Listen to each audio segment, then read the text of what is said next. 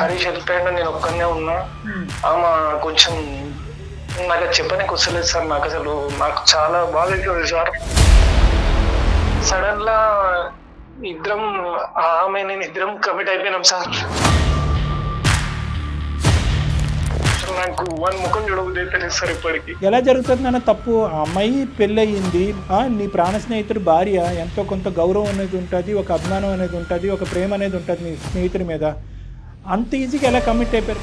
అంటే అది కొంచెం వీక్ టైం సార్. అది అట్లా సడన్ గా జరిగిపోయింది సార్. నాకేం చాలా అర్థమైతలేదు. కానీ ఆ అమ్మాయి సైడ్ నుంచి ఒక ఫోర్స్ వచ్చిందా, లేదంటే ఇద్దరు వైపు నుంచా, లేదంటే నీ సైడ్ నుంచా? ఫస్ట్ స్టార్ట్ అమ్మాయి చేశాను సార్, కానీ నేను ఆ మాట చెప్పలేను కదా సార్. ఏదో బలహీనమైన సమయంలో చేసాము, వర్షం కూర్చొని రాత్రి చేసేసాము అనేటటువంటి మాటలు మాట్లాడటము, క్షమించేసయ్యా నా ప్రాణ స్నేహితుడు కదా, పశ్చాత్తాపం పొందాడు, ఇక్కడితో వదిలేసి మళ్ళీ స్నేహం కంటిన్యూ చేయండి అంటే కనుక దాని గురించి ఈ వేదిక కాదు. 1 month 2 months లో నేను చనిపోతా సార్.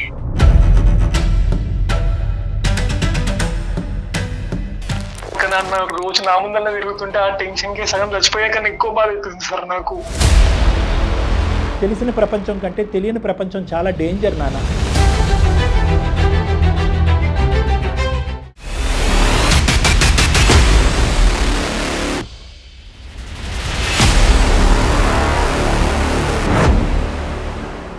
ఆవు పొదుగు నుంచి మీ ఇంటి గడపకి స్వచ్ఛమైన పాలు మరియు పాల ఉత్పత్తులు నందిని డైరీ. నందిని మిల్క్ సమర్పించు అందమైన జీవితం కార్యక్రమానికి స్వాగతం.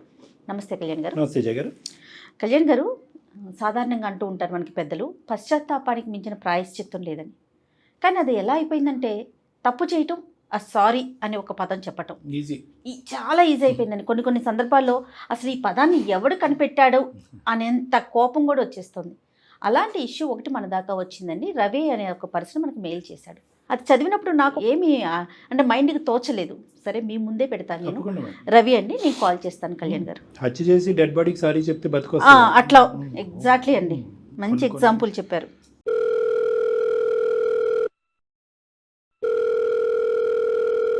హలో, నమస్తే అండి.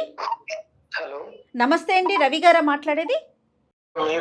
నేను జయానండి, సుమన్ టీవీ అందమైన జీవితం ప్రోగ్రామ్ నుంచి కాల్ చేస్తున్నాను. Madam thanks madam, thank you so much. చాలా సార్లు మెయిల్ చేసినా, మీరు చేస్తారు అనుకోలేదు మేడం.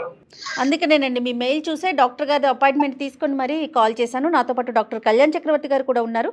ఒక్కసారి మీరు మెయిల్లో పెట్టిన విషయాన్ని డాక్టర్ గారితో మాట్లాడండి. Okay madam. Okay. Hello Ravi. Sir చెప్పు నాన్న, చాలా ఇమోషనల్గా ఉన్నావు, ఏంటి సమస్య? మా ఫ్రెండ్ కి నాకు చిన్న డిస్టర్బెన్స్ సార్. అది ఒక 5 years నుంచి నా ఎమ్మటి పడుతుంది సార్ నా లైఫ్ లా. ఏంటా డిస్టర్బెన్స్? చిన్నది అంటున్నావు, ఇమోషన్ విపరీతంగా చూపెడుతున్నావు. అది చిన్నదా పెద్దదా? నాకేం అర్థం అవుతలేదు. పర్లే కంగారు పడద్దు, చెప్పండి. హరీష్ అని చెప్పి మా ఫ్రెండ్ ఉంటుండే సార్. ఆయన నేను ఒక చైల్డ్హుడ్ చిన్నప్పటి నుంచి ఫ్రెండ్స్. నీ వయసు ఎంత రవి? 30 సార్ నా వయసు. మ్యారేజ్ అయిందా? అతనికి అయింది సార్, నాకు కాలేదు. మీకు మ్యారేజ్ అవ్వలేదు? ఓకే. అంటే చిన్నప్పటి నుంచి అంటున్నారు. స్కూల్ ఫ్రెండ్సా? ఒకే వీధిలో ఉన్నారా? ఒకే ఊరా? చిన్నప్పటి నుంచి మేము ఆర్గనైజేషన్ ఫ్రెండ్స్ సార్ ఇద్దరం. అది సార్, ఇది అనాథాశ్రమాల్లో పెరిగారా? అవును సార్. వాస్తవానికి ఆ బాండ్ ఇంకా ఎక్కువ ఉంటుంది మేడం. ఎందుకంటే తల్లిదండ్రులు లేనటువంటి ప్రేమని స్నేహితురాల్లోని చూసుకుంటారు. సహజం, చాలా కామన్ అది. అంత ఇదిగా ప్రాణ స్నేహితుల మధ్యన విభేదం రావడానికి కారణం ఏంటి నాన్న? మా ఫ్రెండ్ హరీష్ బెంగళూరులో జాబ్ చేస్తుండే సార్. ఓకే. ఒకరోజు కలుద్దాం రారా అని చెప్పి రమ్మని చెప్పినుండే నాకు. ఓకే. మామూలుగా అంటే అంతకుముందు మీరు బెంగళూరు వెళ్ళలేదా? అంటే ఫోన్ లో వెళ్తుంటే సార్, అప్పుడప్పుడు వెళ్తుండే. బట్ ఈ మధ్య కొంచెం గ్యాప్ వచ్చింది, ఒక 6-7 months వచ్చింది. రైట్. అండర్స్టూడ్. హరీష్ బెంగళూరు రమ్మని చెప్తే బెంగళూరుకి వెళ్ళినా సార్. ఓకే. ఒక 1 hour 2 hours మాతో నుండి ఒక వర్క్ ఉందని చెప్పి బయటకు వెళ్ళింది. ఓకే. హరీష్ వెళ్ళిపోయాడు, కానీ వైఫ్ ఉందా? వైఫ్ ఉంది. హరీష్ వెళ్ళిపోయాడు, నేను ఒక్కనే ఉన్నా. ఆమె కొంచెం నాకు అది చెప్పడానికి వస్తలేదు సార్. నాకు చాలా బాధ అవుతుంది సార్. సడన్ గా ఆమె నేను ఇద్దరం కమిట్ అయిపోయినాం సార్. తప్పైతే జరిగింది మీ ఇద్దరి మధ్యన. జరిగింది సార్. అసలు నాకు వన్ ముఖం చూడబోతే సార్ ఇప్పటికి. ఎలా జరుగుతుంది అన్న తప్పు? ఆ అమ్మాయి పెళ్ళయింది, నీ ప్రాణ స్నేహితుడు భార్య, ఎంతో కొంత గౌరవం అనేది ఉంటుంది, ఒక అభిమానం అనేది ఉంటుంది, ఒక ప్రేమ అనేది ఉంటుంది నీ స్నేహితుడి మీద. అంత ఈజీగా ఎలా కమిట్ అయిపోయారు? మీరు ఏమైనా ఆల్కహాల్ దాంట్లో ఉన్నారా? అంటే ఏమైనా డ్రింక్ చేశారా మీరిద్దరుని? లేదంటే అంత స్పృహ లేకుండా ఎలా తప్పు జరుగుతుంది? వినటానికి విడ్డూరంగా ఉంది. అంటే అది కొంచెం వీక్ టైం సార్. అది అట్లా సడన్ గా జరిగిపోయింది సార్. నాకేం చాలా అర్థమైతలేదు. కానీ ఆ అమ్మాయి సైడ్ నుంచి ఒక ఫోర్స్ వచ్చిందా, లేదంటే ఇద్దరు వైపు నుంచా, లేదంటే నీ సైడ్ నుంచా? ఫస్ట్ స్టార్ట్ అమ్మాయి చేసింది సార్. కానీ నేను ఆ మాట చెప్పలేను కదా సార్ నా సరే friend కి. Okay okay okay okay okay we understand your problem. కానీ హరీష్, ఆ అమ్మాయి తన భర్తతో హ్యాపీగానే ఉందా? అంటే మానసికంగా కానీ వేరే విధంగా కానీ? ఏమో సార్, అది జరిగిన తర్వాత నేను హరీష్ తో అంత క్లోజ్ ఉండలేదు. బయటకు వచ్చేసిన సార్. ఇంట్లోకి వెళ్ళి బయటకు వచ్చేసి హైదరాబాద్కి వచ్చేసిన. మొత్తానికి నెంబర్ బ్లాక్ చేసిన, అన్ని తీసేసిన. హరీష్ కి నాకు ఒక 4 to 5 years అసలు మాటలు ఇప్పటి వరకు.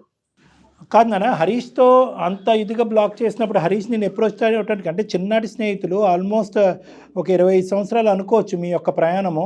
ఏదో విధంగా హరీష్ నిన్ను కాంటాక్ట్ అయ్యి ఏరా ఉన్నట్టుండిగా ఏం జరిగింది అనేది ఏదో విధంగా తెలుసుకునే ప్రయత్నం చేస్తాడు కదా. మొన్న రీసెంట్ గా నాకు యాక్సిడెంట్ అయింది సార్. ఓకే ఓకే యాక్సిడెంట్ అయ్యి నేను హాస్పిటల్ ఉంటే హరీష్ ఇప్పుడు వచ్చి అన్ని ట్రీట్మెంట్స్ అన్ని ఆయనే చూసుకుంటుంది సార్. నా ముందరనే తిరుగుతుంటే నా పానం ధరిస్తలేదు సార్ అసలు. సో హరీష్కి ఇప్పటికీ కూడా మీ ద్వారా ఎలాగో తెలియలేదు, కానీ వాళ్ళ భార్య ద్వారా కూడా ఈ తప్పు జరిగిందని తెలియలేదు హరీష్కి. ఏమో సార్, అది నాకు తెలియదు. కానీ నాకు అసలు నా కళ్ళ ముందు తిరుగుతుంటే నేను తట్టుకోలేకపోతున్నాను సార్. ఇప్పుడు వరకు కాంటాక్ట్ లేనటువంటి హరీష్ మళ్ళీ నీకు ఎలా కాంటాక్ట్ అయ్యాడు? ఫోన్ కాంటాక్ట్ లేదు, అన్ని సోషల్ గ్రూప్స్ అన్ని బ్లాక్ చేశానని అన్నావు. సడన్గా ఎలా వచ్చాడు హరీష్ నీ దగ్గరికి? నాకు యాక్సిడెంట్ అయిందని చెప్తే ఫ్రెండ్స్ ఆఫ్ త్రూ ఇట్లా స్టేటస్ లో సంథింగ్ చూసి ఇక్కడ వచ్చిందంట సార్. వెనక ముందు ఎవరు లేరు, నా అనే వాళ్ళు ఎవరు లేరు కాబట్టి హరీష్ పెద్ద దిక్గా వచ్చి నీకు హెల్ప్ చేస్తున్నాడు హాస్పిటల్లో.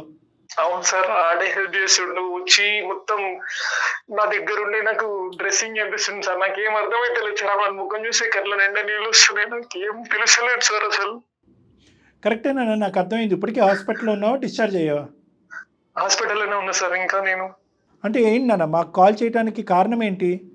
ఇప్పుడు హరీష్ని కనిపించగానే నీకు ఆ పశ్చాత్తాపం రావటం ఏంటి? అంతకుముందు కూడా పశ్చాత్తాపం పొందినప్పుడు నువ్వు ఏమన్నా సారీ చెప్పడానికి కానీ హరీష్ని అప్రోచ్ అవడానికి కానీ ట్రై చేసావా? హరీష్ కి డైరెక్ట్ కళ్ళల్లో కళ్ళు పెట్టి చూసి నాకు చెప్పాలంటే నా పానం ధరిస్తలేదు సార్ అసలు. మీరన్నా చెప్తారేమో అని చెప్పి ఒక చిన్న హోప్తో మీకు కాల్ చేసిన సార్. నో అది కాదు నాన్న. ఇప్పుడు నువ్వు తప్పు చేసిన వాడు నువ్వు. ఇప్పుడు మా ద్వారా అపాలజీ చెప్పాల్సినటువంటి అవసరం ఏంటి? 5 సంవత్సరాల పాటు హరీష్ లేకుండా నువ్వు ఉన్నావు, 4 or 5 years లోపల పశ్చాత్తాపం పొందుతున్నావు. చేసింది ఒక చాలా పిచ్చి పని, చాలా మెంటల్ పని. దానికి సారీ అనేటటువంటిది అప్లికబుల్ అవుతుందా లేదా అనేది మనం ఫస్ట్ ఆఫ్ ఆల్ చూడాలి. నెంబర్ 1. నెంబర్ 2 ఏంటంటే, సారీ చెప్పేటటువంటి పొజిషన్లో నువ్వు ఉన్నా కూడా ఫస్ట్ ఆఫ్ ఆల్ ఈ తప్పును అంగీకరించే పొజిషన్లో ఆ అబ్బాయి ఉన్నాడా, నీ సారీని యాక్సెప్ట్ చేసేటటువంటి పొజిషన్లో ఉన్నాడా అనేటటువంటిది ఇక్కడ పెద్ద చిక్కుముడి, అతి పెద్ద సమస్య. ఇక్కడ అందమైన జీవితం యొక్క పాత్ర చాలా చిన్నది. ఇక్కడ అసలు పాత్రే లేదని చెప్పాలి. లేదంటే ఏమవుతుందంటే జయ గారు, ఇటువంటి తప్పులు చేయటం, ఏదో బలహీనమైన సమయంలో చేసాము, వర్షం కురిసిన రాత్రి చేసేసాము అనేటటువంటి మాటలు మాట్లాడటము, తర్వాత ఏమొచ్చి అరే తప్పు జరిగిపోయింది కదా, ప్రాణ స్నేహితుడికి తలెత్తుకోలేకపోతున్నాడని చెప్పి బ్లాక్ చేయటము, తర్వాత మన దగ్గరికి రావటము, మన ద్వారా సారీ అతనికి చెప్పించటము, క్షమించేసయ్యా నా ప్రాణ స్నేహితుడు కదా, పశ్చాత్తాపం పొందాడు, ఇక్కడితో వదిలేసి మళ్ళీ స్నేహం కంటిన్యూ చేయండి అంటే కనుక దాని గురించి ఈ వేదిక. అంటే వేరే సంఘటనలో, వేరే సందర్భాల్లో మీ ద్వారా మేము నా ప్రాణ స్నేహితులకు కానీ, నా భార్యకు కానీ, నా తల్లిదండ్రులకు కానీ, నా అన్నదమ్ములకు కానీ, అక్క చెల్లెలు కానీ సారీ చెప్పాలి అనుకుంటున్నాం. కానీ అది వేరే విషయం. తన సొంత భార్యతో మీరు ఒకసారా 10 సార్లు అనేది ఇక్కడ అనవసరం. చేయకూడనటువంటి తప్పు చేశారు. ఆ అమ్మాయి అతని జీవితంలో హ్యాపీగా లేదా అంటే కనుక ఇది అప్రస్తుతం, అసందర్భం లేండి. ఏదైనా తప్పు చేశారు మీరు. తప్పు చేసిన తర్వాత 5 సంవత్సరాలు వెయిట్ చేశారు. 5 సంవత్సరాలు వెయిట్ చేసిన తర్వాత అతనికి సారీ అనేది ఎప్పుడు చెప్పాలి అనిపించింది అంటే కనుక అతను ఇదంతా వెనక్కి పెట్టేసి, ఓకే బహుశా అతనికి తెలియదని అన్నారు కాబట్టి అతను ముందుకొచ్చి ఎవరూ లేనటువంటి మీకు హెల్ప్ చేయడానికి ముందుకు వచ్చారు. అతనికి ఏమైనా జరిగితే చేయడానికి భార్య ఉంది, మీకు ఎవరూ లేరు. మీ ఫ్రెండ్ వచ్చి ఇప్పుడు నీకు సేవ చేసేటటువంటి టైంలోనే నీకు ఆ పాత జ్ఞాపకాలు గుర్తొచ్చి అది ఇప్పుడు కడిగేసుకుందాం, ఒక అపాలజీ చెప్దాము, ఉన్నది ఉన్నట్టుగా చెప్పేద్దాం అనేది ఇప్పుడు ఎందుకు రావాలి? 5 సంవత్సరాల్లో ఎప్పుడైనా బెంగళూరు వెళ్ళి మీ ఫ్రెండ్ కాళ్ళ మీద పడి ఒరే ఈ తప్పు జరిగిపోయిందిరా, నన్ను నీ భార్యని ఇద్దరిని క్షమించు, ఇది ఇక్కడితో వదిలేసాయని చెప్పి ఎప్పుడన్నా అడుగుండేవాడు కదా. ఇప్పుడు ఎందుకు అడుగుతున్నావు? అంటే అందులో మా వేదికని ఎందుకు వాడుకుంటున్నావు? అతనికి నేను చెప్తే మిస్అండర్స్టాండ్ చేసుకుని వాళ్ళ భార్యని ఏమంటాడు ఇప్పటికైనా అంతే కదండి. ఎప్పుడైనా అంతే. సార్ నేను ఎప్పటికైనా చెప్పాలనే ఉండే సార్, కాకపోతే ఇంకో 1-2 నెలల్లో నేను చనిపోతా సార్. దానికన్నా ముందే ఇంకో 1 month 2 months లో నేను చనిపోతా సార్. ఎవరు చెప్పారు నువ్వు చనిపోతున్నా? డాక్టర్ చెప్పింది సార్. నేను ఇప్పుడు హాస్పిటల్లోనే ఉన్నా సార్. వాడు నా ముందరనే నాకన్నా ముందు తిరుగుతుంటే నాకు మంచిగా అనిపిస్తలేదు సార్ అసలు. సో నీ మాటలు మేము నమ్మచ్చా? నమ్మొచ్చు సార్, ఏం ప్రాబ్లం లేదు. కావాలంటే వీడియో కాల్ చేయండి, బిల్స్ పంపించమంటే బిల్స్ కూడా మెయిల్ చేస్తాను, నాకేం ప్రాబ్లం లేదు సార్. లే అవన్నీ అక్కర్లేదులే, కానీ ఇది చాలా బాధాకరమైన అంశం, చాలా సాడ్ న్యూస్. నువ్వు చనిపోబోతున్నావా 1 to 2 months లో? యాక్చువల్లీ ఆ రోజు యాక్సిడెంట్ అయినప్పుడు నా 2 కిడ్నీలు డ్యామేజ్ అయినాయి సార్. ఇంకా నేను ఎన్ని రోజులు బతుకుతాను, డాక్టర్లు ఒక 2-3 months అనే చెప్పేది సార్. అందుకే నేను చనిపోయే లోపు మా ఫ్రెండ్కి నిజం చెప్పి చనిపోదాం అనుకున్నా సార్. నాన్న ఒకటి, ఇక్కడ నువ్వు చనిపోబోతున్న 2 monthsలో అనేటటువంటిది చాలా బాధ కలిగే అంశము. దానికి పూర్తి స్థాయి సానుభూతి అనేది మాకుంది. కానీ దానికి ఇప్పుడు నేను చనిపోయే ముందు ఉన్నది ఉన్నట్టుగా నా ఫ్రెండ్కి చెప్పేసేయాలి, నా ఫ్రెండ్ కాలమే పడిపోవాలి, సారీ చెప్పేసేయాలి, నేను సారీ చెప్పైనా మీరు నా తరపున అతనికి సారీ చెప్పాలి, లేదంటే మీ ద్వారా నేను సారీ చెప్పాలి అనేటటువంటిది ఈ 2 భిన్నమైనటువంటి అంశాలు. ఎందుకంటే ఇక్కడ చనిపోతున్నావు అనేది బాధ ఎంతున్నా at the end of the day ఎక్కడో నీ యొక్క తేలికపరచుకోవటం కోసం అంటే తప్పు చేయలేదు స్వార్థం కనిపిస్తుంది కదా మేడం. ఇక్కడ 100% కనిపిస్తుంది డాక్టర్ గారు, స్వార్థం కనిపిస్తుంది. నా బాధ అంటే ఒకటి చెప్తున్నాను జయ గారు, అంటే నువ్వు కూడా వినాలి రవి. ఇక్కడ నేను చెప్పాలి అంటే కనుక చెప్పటం వెనకాతల ఓకే, నీ బాధ అనేది కొద్దిగా తిరుగుతుంది. ఒరే ఒక పాపం పని చేసిన తర్వాత చనిపోబోతున్న నన్ను నా ప్రాణ స్నేహితుడికి ఒక మంచి చేసిపోతున్నాను అనుకుంటే అది వేరే విషయం. ఇక్కడ ఎవరికి మంచి జరుగుతుంది? నీ ఫ్రెండ్కి జరుగుతుందా? నీ ఫ్రెండ్ భార్యకి జరుగుతుందా? వాళ్ళ వివాహానికి జరుగుతుందా? 5 సంవత్సరాల పాటు వాళ్ళ జీవితం సాఫీగా జరుగుతుంది, ఏమీ లేనట్టుగానే వాళ్ళు ముందుకు వెళ్తున్నారు. ఎందుకంటే నీ ఫ్రెండ్ ఇక్కడి వరకు వచ్చాడంటే కనుక బహుశా ఇప్పటి వరకు కూడా అతనికి ఈ విషయం తెలియదు అనేది మనం నమ్మాలి. ఎందుకంటే తెలిస్తే కనుక ఏ మగాడు సహించడు, ఏ మగాడు అంత పెద్ద మనసు చేసుకుని వచ్చి ఇక్కడ నీకు సేవ చేయడు. దానికి తోడు ఒకప్పుడు వచ్చి సేవ చేసినా మరి నీకు సేవ చేస్తాను దానికి రెడీ, కానీ ఒక్కదానికి సమాధానం చెప్పండి, నిన్ను అడిగిన తర్వాత నీకు ఏమైనా సేవ చేస్తాడు. నా భార్యతో ఎందుకు ఇలా చేశావు, ఒక ప్రాణ స్నేహితుడి జీవితంలో ఎందుకు ఇలా నిప్పులు పోసావు, అప్పటి నుంచి ఇప్పటి వరకు మేము నరకయాతను అనుభవిస్తున్నాము, భార్యాభర్తలుగా మేము హ్యాపీగా లేము, లేదంటే మేము విడాకులు అయిపోయింది అని ఏదైనా చెప్పుండేవాడు. నా ఆలోచన ఏంటంటే ఇప్పటికి కూడా మీ ఫ్రెండ్కి నిజాలు తెలియదు అనేది నా ఆలోచన. ఈరోజు మంచిది నాన్న, ఇప్పుడు ఒక విధంగా చెడులో మంచి గుడ్డులో మెల్లనుకో. ఇది ఈరోజు నువ్వు నీ ఫ్రెండ్కి ఇది తెలియపరచడం వల్ల నీకు వచ్చేటటువంటి అడ్వాంటేజ్ కేవలం నీ గుండెల్లో ఉన్న భారం దించుకోవటం, ఆ గుండెల్లో ఉన్న భారం పెంచడం తప్ప ఇంకేముంది ఇక్కడ? రేపొద్దున భార్యాభర్తలు ఇద్దరు కొట్టుకు సస్తారు జీవితాంతం. నీకేముంది? నువ్వు ఈరోజు ఉంటావు, రేపు పోతావు. అంటే నేను ఇలా తప్పుగా మాట్లాడుతున్నానని అనుకోవద్దు. ఈరోజు ఇప్పటికీ కూడా నీ యొక్క ప్రాణం పోతుంది రానున్న రోజుల్లో అనేది ఎంత సానుభూతి ఉన్నా కూడా నీ ఆలోచనలో తప్పు ఉంది, నీ ఆలోచనలో కరెక్ట్ లేదు. నువ్వు సారీ చెప్పినా, నువ్వు యథార్థంగా కాదు ఆ అబ్బాయికి చెప్పినా, మా ద్వారా చెప్పించినా చేదనుభవమే. ఈరోజు వాళ్ళ జీవితాల్లో నిప్పులు పోసిన వాడు అవుతావు నువ్వు. అర్థమైందా నాన్న? అంటే నువ్వు కాదు, ఇప్పుడు నువ్వు 5 సంవత్సరాల పాటు ఈ విషయాన్ని అతని వరకు తీసుకెళ్లకుండా, ఉన్న నిజాన్ని అతని వరకు చెప్పకుండా, అపాలజీ చెప్పకుండా, సారీ చెప్పకుండా ఎలా అయితే ఉన్నావో ఇప్పుడు కూడా అలాగే ఉండమని నేను చెప్తున్నా. కేవలం నీ మనసులో భారం తగ్గుతుంది కాబట్టి ఈ సమస్యకి ఈ విధమైనటువంటి పరిష్కారం, అబ్బా ఇక్కడితో చెప్పేశారు నాది అయిపోయిందిరా అంటే కనుక నీది అయిపోద్ది అక్కడ మొదలవుతుంది. కరెక్ట్, నీది అయిపోతుంది అక్కడ మొదలవుతుంది, వాళ్ళ బాధలు మొదలవుతాయి. వాళ్ళు హ్యాపీగా ఉంటారని ఎట్లా అనుకుంటున్నారు రవి? మీరు ఇంత నిజాన్ని చెప్పినప్పుడు నువ్వు చేసింది తప్పు, ఇప్పుడు నువ్వు చేసింది తప్పు అని నేను పదే అన్ను. ఎందుకంటే 5 సంవత్సరాల పాటు నువ్వు నరకాన్ని అనుభవించావు, తప్పు జరిగింది, నరకాన్ని అనిపించే సొంత ప్రాణ స్నేహితుడితో మాట్లాడకుండా నా అనేటటువంటి వాళ్ళు నీ జీవితంలో ఎవరు లేకపోయినా కేవలం నీ ప్రాణ స్నేహితుడు ఒకటే నా అనే వ్యక్తి, అతనికి అట్లీస్ట్ భార్య అన్నది ఉంది. అటువంటి నరకాన్ని నువ్వు ఆల్రెడీ అనుభవించావు కాబట్టి, ఆల్రెడీ నువ్వు పడవలసినటువంటి శిక్షను నువ్వు ఆల్రెడీ అనుభవించావు కాబట్టి ఆ ఇష్యూని పక్కన పెడదాం. ఈరోజు సడన్గా నీ ఫ్రెండ్ వచ్చేటప్పటికి నీ పాత జ్ఞాపకాలన్నీ గుర్తొచ్చేసి ఇప్పుడు నేను చెప్పేయాలి అనేటటువంటి దాంట్లో ఇమోషన్ కనిపిస్తుంది, తొందరపాటు కనిపిస్తుంది, ఆలోచన కనిపించట్లేదు. దీనివల్ల అసలు ఏంటి ఉపయోగం మీరు చెప్పండి రవి? మంచి పాయింట్, మీరు చెప్పండి. ఏంటి లాభం మీ ఫ్రెండ్కి చెప్పడం వల్ల ఏంటి ఉపయోగం, ఏంటి మీకేమనిపిస్తోంది? నాకు మనసులో కొంచెం బాధ అనిపిస్తుంది మేడం, చనిపోయే వరకు ఒక్కసారి చెప్తే బాగుంటుంది అని. కానీ మీరు చెప్తే నాకు కూడా కరెక్ట్ అనిపిస్తుంది. ఇక్కడ నీ భారాన్ని దించుకుని వాళ్ళ జీవితంలో భారాన్ని పెంచుతున్నావు. అది నువ్వు చనిపోక ముందే నీకు ఒక బ్యాడ్ న్యూస్ వినిపిస్తుంది. నేను గ్యారంటీ ఇస్తున్నాను. ఇప్పుడు నువ్వు చెప్పబోయేటట్టు నీ ఫ్రెండ్ నీతో ఎలా రియాక్ట్ అవుతాడు అన్నది నాకు తెలియదు, కానీ ఇంటికి వెళ్ళి వాళ్ళ భార్యతో చాలా చండాలంగా రియాక్ట్ అవుతాడు. అది తెగదెంపుల వరకు రావడానికి 110% ఛాన్సెస్ ఉన్నాయి. అవును సార్, కానీ అన్న రోజు నా ముందర తిరుగుతుంటే ఆ టెన్షన్ కి సగం చచ్చిపోయాక ఎక్కువ బాధ అవుతుంది సార్ నాకు. ఈ బాధల్లో చచ్చిపోతేనేమని భయం అవుతుంది సార్. మనకు తెలిసిన ప్రపంచం కంటే తెలియని ప్రపంచం చాలా ప్రమాదం. నీకు తెలిసిన ప్రపంచం ఏంటంటే నీ కళ్ళెదురుగుంటూ ఉన్న ఫ్రెండ్ నువ్వు ఇప్పటివరకు నీ కడుపులో దాచిపెట్టుకుని నీ మనసులో దాచిపెట్టుకున్న అంశం ఒక తెలిసినటువంటి అంశం. దాన్ని ఆల్రెడీ నువ్వు అనుభవిస్తున్నావు. నీ ఫ్రెండ్ ఏమీ లేనట్టుగా అతని జీవితం అతను ముందుకు వెళ్ళిపోతున్నాడు. తెలియని ప్రపంచం ఏంటి? నువ్వు ఈరోజు సారీ చెప్పేసి ఉన్నది ఉన్నట్టుగా చెప్పేసి వాళ్ళిద్దరి మధ్యన ఏం జరుగుతుంది అనేటటువంటిది కేవలం ఊహించుకోవటం మాత్రమే.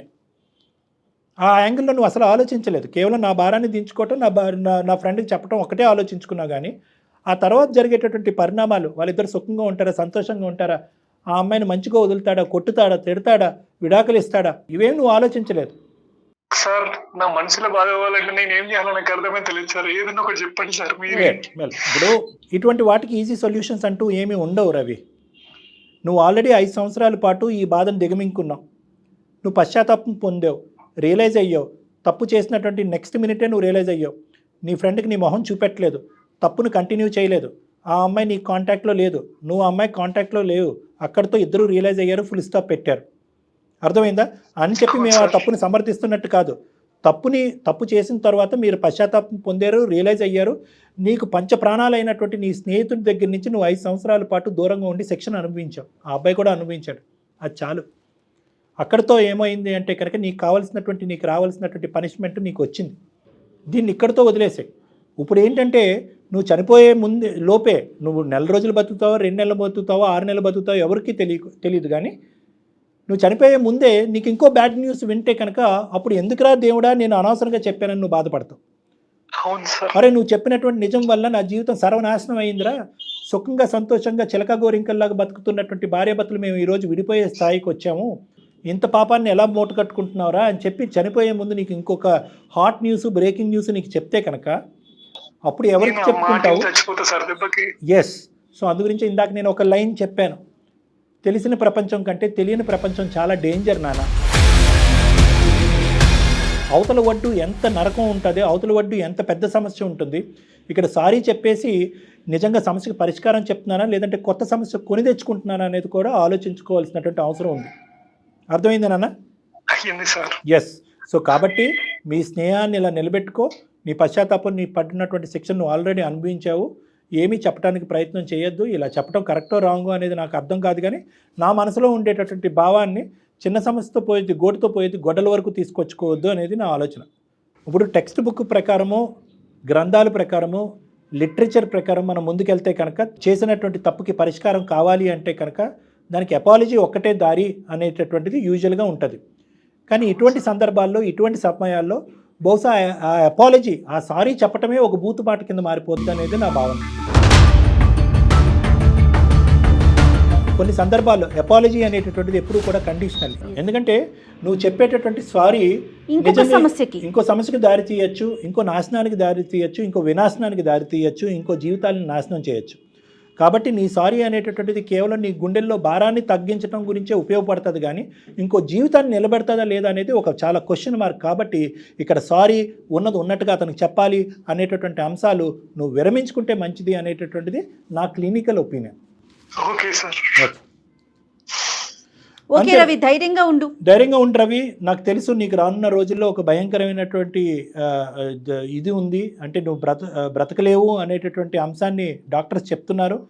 కానీ బహుశా ఎక్కడన్నా ఒక గోరంత ఆశ ఉంటే కనుక చూడు.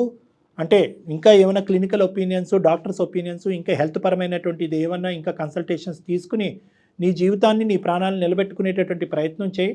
దానికి సంబంధించినటువంటి హెల్ప్ ఏమైనా కావాలంటే దానికి నేను ప్రొవైడ్ చేస్తాను. ఈ వేదిక అందమైన జీవితం, సుమన్ టీవీ అనేటటువంటి ఈ వేదిక ఆ విధంగా ముందుకు హెల్ప్ చేయాలంటే కనుక హెల్ప్ చేయడానికి మేము నీ రికార్డ్స్ అన్నీ మాకు షేర్ చేయి. కావాలంటే నేను మెడికల్ హెల్ప్ కావాలంటే చేస్తారు డాక్టర్ గారు, మేము వచ్చి నిన్ను కలుస్తాము. ఆ విధమైనటువంటి హెల్ప్ ఇవ్వడానికి మేము పూర్తి స్థాయి సహకారం చేస్తాను. మనోధైర్యంగా ఉండండి, మనోధైర్యానికి మించిన మందు లేదంటారు. రవి ఓకేనండి? Okay madam, thank you so much. Okay Ravi, all the best. Right, thanks madam. అంటే ఇక్కడ ఇలాంటి ఏరియాస్లో మనం పూర్తి స్థాయిలో హెల్ప్ చేయలేం మేడం. అసలు అంటే చెయ్యటం కూడా కరెక్ట్ కాదు, నా పర్సనల్ ఒపీనియన్ డాక్టర్ గారు. మీరు ఏదైతే చెప్పారో మనము అక్షరాల చేయకూడదు, నిజం. మనము చేయకూడదు మేడం ఆ. అని చెప్పి ఆ అబ్బాయి చేత కూడా చేయించలేదు, ఎందుకంటే ఇష్యూ అవునండి. కాంప్లికేట్ అవుతుంది. అవును అవును, చాలా చక్కటి డెసిషన్ చెప్పారండి. నమస్తే డాక్టర్. Thank you. ఆవు పొదుగు నుంచి మీ ఇంటి గడపకి స్వచ్ఛమైన పాలు మరియు పాల ఉత్పత్తులు నందిని డైరీ.